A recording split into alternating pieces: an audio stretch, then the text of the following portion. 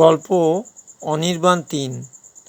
অনির্বাণ নির্নিমেষে তাকিয়ে আছে, ঠিক প্রতিমার মতো মুখ, দৃষ্টি ফেরানো যাচ্ছে না। কি ব্যাপার, ওরকম ড্যাব ড্যাব করে কি দেখছেন? মেয়েটি অনির্বাণকে প্রশ্ন করে। অনির্বাণের সম্বিত ফিরে আসে। না মানে, আমি ভাবছি একজন মেয়ে হয়ে কি করে সম্ভব ওইভাবে একজন 68 কেজি ওজনের ছেলেকে ট্রেনের কামরায় টেনে তোলা। না, ভাবা যাচ্ছে না। অনেক অনেক ধন্যবাদ, অনির্বাণ উত্তর দেয়। কি বললেন? দেখুন, মেয়েরা হচ্ছে শক্তি, তারা সব পারে, এটা সবসময় মনে রাখবেন। না মানে ওসব টিয়ে ছাড়ুন, এখন বলুন চা খাবেন? আমি আবার বেশি কথা বলতে পারি না, কম কথার মানুষ। অনেকক্ষণ ধরে অনির্বাণের গলা শুকিয়ে কাঠ। একটু চা পেলে মন্দ হয় না। কি খাবেন? মেয়েটি পুনরায় জিজ্ঞাসা করে। ঠিক আছে, খাওয়ান।